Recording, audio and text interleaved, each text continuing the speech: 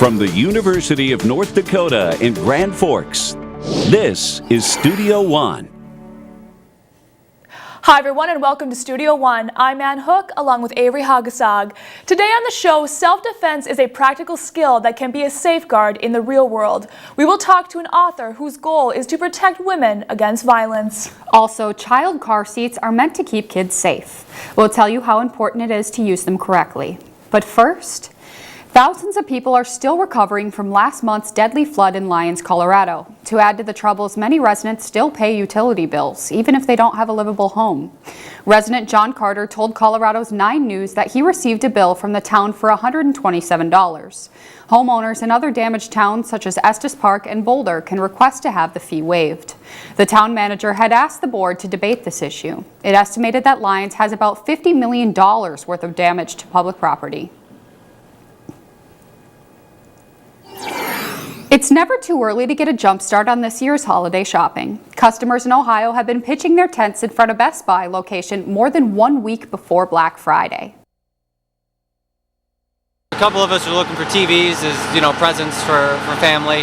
Walmart and Nordstrom's are among the other chain stores kicking off their holiday deals before Thanksgiving festivities. The National Retail Federation predicts sales of more than $600 billion. This is a 3.9% increase from last year. Getting 1 extra hour of sleep per night can do more than just decrease tiredness. There are many other health benefits related to stronger snooze sessions. A report from Huffington Post says people who sleep more tend to weigh less, stress less, and have stronger immune systems. Almost 15% of adults suffer from chronic sleep deprivation, though. This is often caused by stress and prioritizing other activities. These can include TV and social media. Creating a comfortable environment, generally one that is quiet, cool, and dark is best for most people. Most adults need 7 to 9 hours per night to function at their best. A consistent sleep schedule can make that amount more obtainable. Some professionals are paying for the chance to give up their technology for a few days. The Digital Detox Lodge in the California Redwoods allows them to relax, free of beeping and buzzing. Activities offered there include hiking, swimming, and yoga. This is all a part of a growing unplugging movement. Some hotels are trying out the concept too. There are even apps that block internet access for a certain amount of time, such as 24 hours. Digital Detox founder Levi Felix says his goal is to help people become more mindful of their tech usage. Nearly 2,000 children under the age of 14 die in a car crash each year. One mother has 2 great reasons to pay close attention to this statistic. Should we let Mom buckle you in? Twins Chase and Ellie spend their travel time in the back seat. Their mother Shaina has one thing in mind on each trip. It's my kids. They're my life. So if something happened to them in their car seats, that would be my fault. Safe Kids Worldwide educates families like Shaina's about everyday risks children face. Anything that can hurt a kid, we try to work on ways to prevent that from happening. One of the things designed specifically for safety is often used incorrectly. We talk so much about flu shots and preventive measures, but the reality is that more kids die from injuries than any other disease or illness, and the number 1 injury is motor vehicle crashes. Car seats can be intimidating to new parents. Safe Kids Grand Forks offers an instructional class specifically for expecting parents. Mom and Dad are taught the proper way to install car seats, as well as other car safety tips. Experienced parents, like Shaina, are invited to take part in car seat safety checkups. I just switched my car seats around and so to forward facing, and I wanted to make sure I did it right, and I had an error, so I'm glad I came. Like Shaina, most parents view their children's safety as a top priority, especially when the situation could be life or death.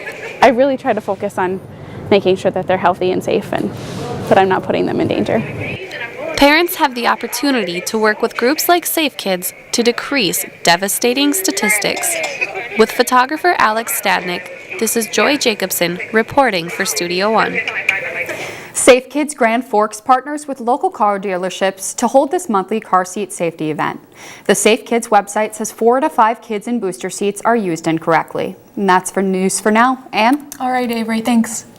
Let's move it now to Johnathan Metz in the weather studio, who's going to give us some out-of-season weather news. Well, thanks, Ed and Avery. There was certainly a late-season tornado outbreak across much of the Midwest, and it may, as a matter of fact, be the largest day of tornadoes in 2013 thus far. It's quite strange to have such a massive outbreak of tornadoes in mid-November, but that didn't stop this from being a major outbreak. There were at least 55 tornadoes that occurred on that day, and unfortunately, about 6 people were killed in those storms, which caused about $1 billion in damage across much of the Midwest. Strongest tornado in that storm was rated in EF4, and so for an outbreak of this size, it is unfortunate that you have 6 people who are fatalities rather, but fortunately, the National Weather Service was able to provide a lot of warning to these people so that we didn't have as more fatalities than we did. This was a map of the tornado probability from the Storm Prediction Center over that day, and we could see that the Storm Prediction Center had projected a 30% chance of tornadoes in that region on that day. Now, across the country, as the public are preparing to travel for the holidays, airports are working to keep you safe. At the airport, most are concerned with security and getting to their gate on time. But there's something else that airport managers have to worry about. It just, for some odd reason, wildlife like airports. I think it's just to do with the big open spaces. Wildlife and bird strikes pose a great threat to air safety. In 2009, U.S. Airways Flight 1549 was forced to land in the Hudson River in New York City after both engines were struck by geese. But when trying to find a way to control wildlife, it's important to find a way to keep everyone safe. We don't want any animals getting harmed, let alone people getting harmed or aircraft damage or anything like that. More and more airports are utilizing techniques to control wildlife. Birds can be scared using sirens, but if needed, louder sounds can be used. We also have pyrotechnics that we use for their kind of a long range. It's a shotgun shell basically you shoot off into the air. A bang from a propane cannon can reach volumes in excess of 150 decibels. However, birds can sometimes adapt to the sound, and the cannons can become ineffective. So airports must constantly innovate to keep the traveling public safe. And last year, the airport with the largest number of bird strikes was Denver, which had over 500 strikes in the year. And that brings me to our weather question for the week. How much money do bird strikes cost airlines in the United States annually? Our answers range from $10 million to $400 million, and that answer will be coming up for you at the end of the show. All right, thank you, Johnathan. Let's move it now to Averi Haugesag with today's sports story. Thanks, Ann. Sometimes sacrifices are made in order to achieve something greater. We met one woman who knows this to be true. Determination can make or break an athlete's career. For one Danish girl, determination started early. I would just go out there, take 1-2 steps, fall, 1-2 step, fall, because I was so stubborn. She fully understands what it means to come to the rink every day and put in a full effort. Michelle knows sacrifice. As a teen, she moved from home in Denmark to Finland. The goal was to gain dual citizenship in order to play for the Finnish national team. This year, one of her younger Finnish teammates joined her at the University of North Dakota. Of course, it's easier to come if you know someone from here. And Michelle doesn't speak Finnish so much, but I think that's a good because now I have to speak English more. Michelle's accomplishments go beyond being a captain for a Division I hockey team. She already has an Olympics under her belt, and Michelle was one of the go-to players for Finland last time around. I think it's even more so this time. 4 years ago, Michelle helped Finland win 3rd place in Vancouver. This winter, Michelle and Susanna will join Finland in Sochi. Finland has a great opportunity this Winter Olympics, we think, to take another step forward and jump into the mix with the U.S. and Canada. Players like Michelle and Susanna have to balance their college careers with their Olympic dreams. It's just all about commitment. You have commitments all 3 places, and it's just about putting the time and effort into getting stuff done. Although the work may not always be fun, Michelle stays determined by thinking about the bigger picture. Reporting for Studio One, I'm Katie Wilson. The 2014 Winter Olympics will take place in Sochi, Russia in February. And that's a sports story for today's show. Ann? All right, thanks, Avery. Few ever think they will be in a situation when they will need to protect themselves. Next, we will speak to an advocate who is making her book on self-defense into a documentary.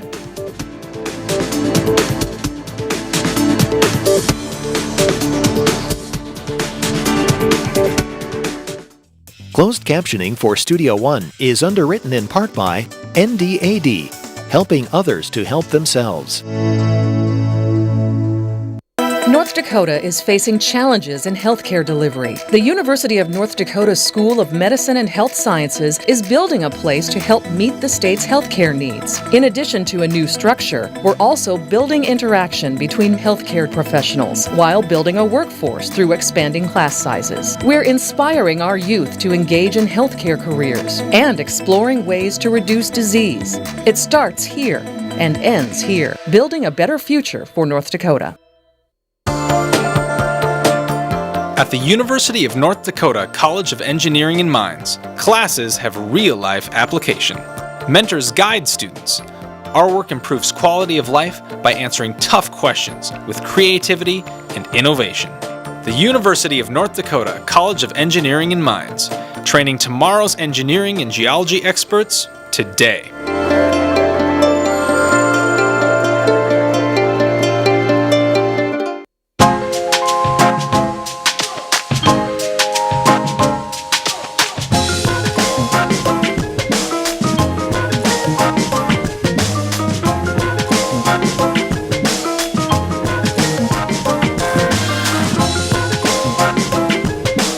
The University of North Dakota College of Business and Public Administration, connecting vision to innovation.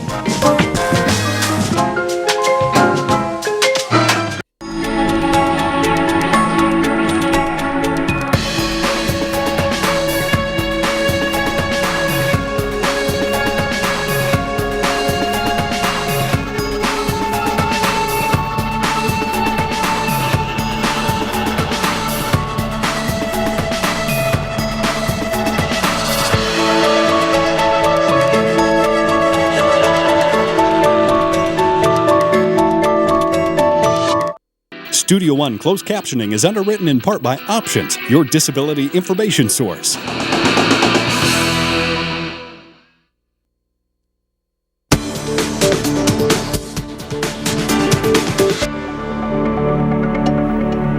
The World Health Organization says 1 in 3 women will be victims of violence. Advocates raise awareness of this issue by highlighting the importance of self-defense.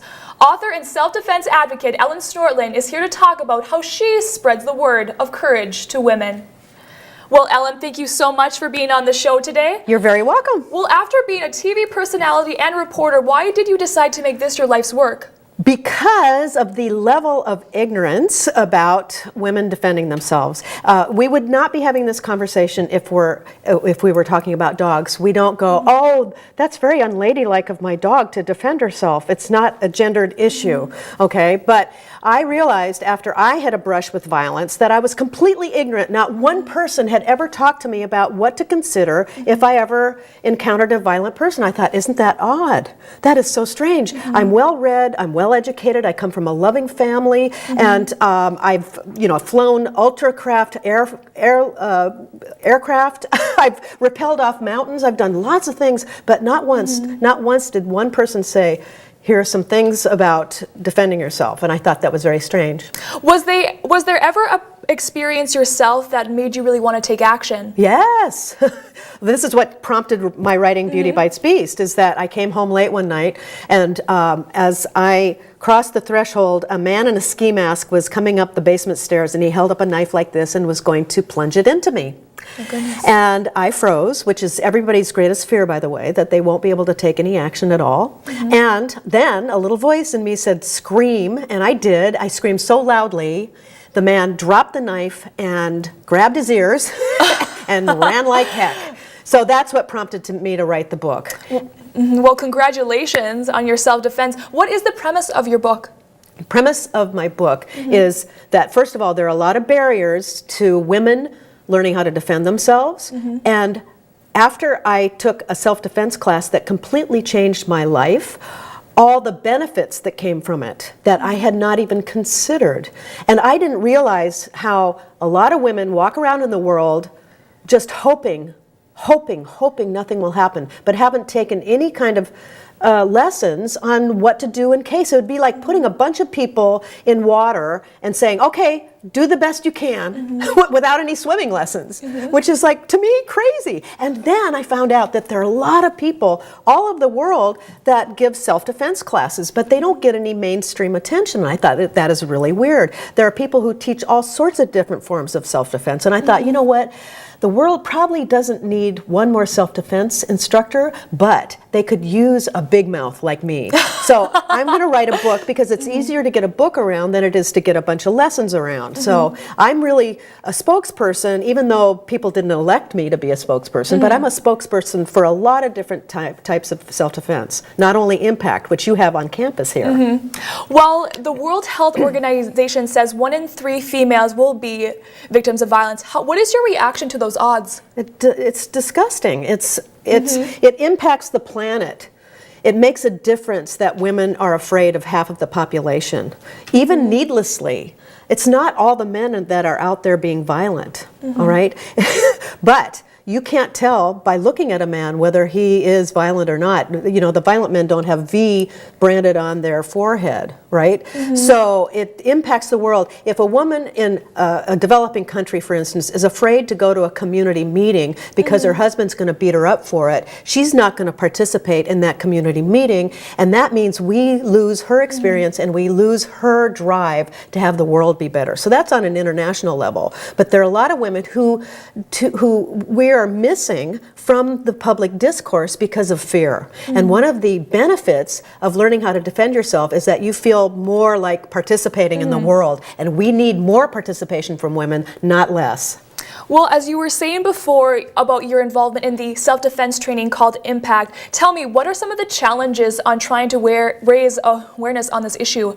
People don't want to think about it. They don't want to confront their own fear. They don't want to think about their loved one, their daughter, their mother, their sister, having to deal with violence. All right? So there's a lot of denial about it. Now, as a teacher in Los Angeles, we notice that there's an uptick in the registrations when there's a violent crime that's on the media. Okay, so then a lot of people go, oh, it might happen to me. But for the most part, people just think, well, I have a dog, I have pepper spray, I have my boyfriend, my husband, but I don't have my husband with me right now, do I? No, and you don't either. You know, so it's unrealistic. And the thing is that the only person who is always there to defend you is you. Okay? Tell me, what is it like being a confidant to so many of these females and hearing their stories?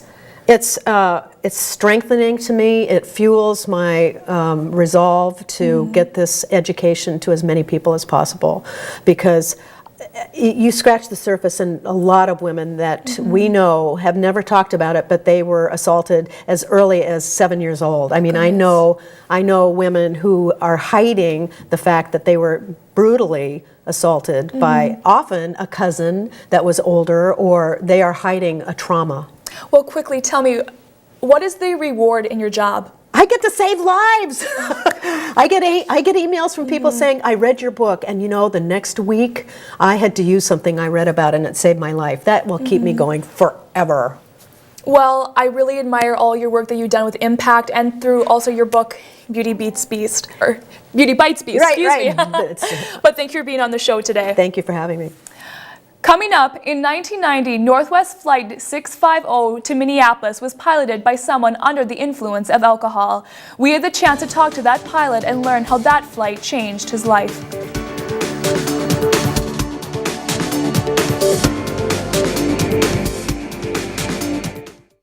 Studio One closed captioning is underwritten in part by Options, your disability information source.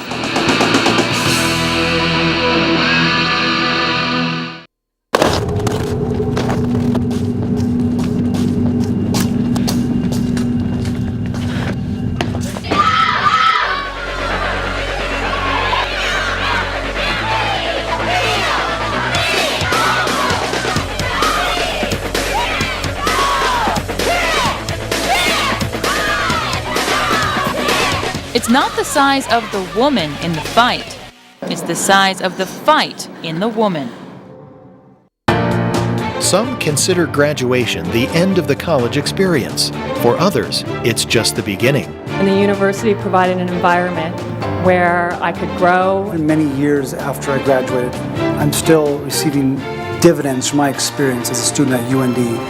The University of North Dakota Alumni Association is committed to growing the university by growing the alumni family.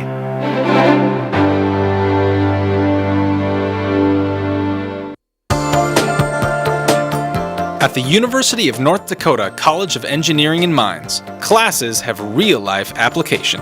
Mentors guide students. Our work improves quality of life by answering tough questions with creativity and innovation. The University of North Dakota College of Engineering and Mines, training tomorrow's engineering and geology experts today.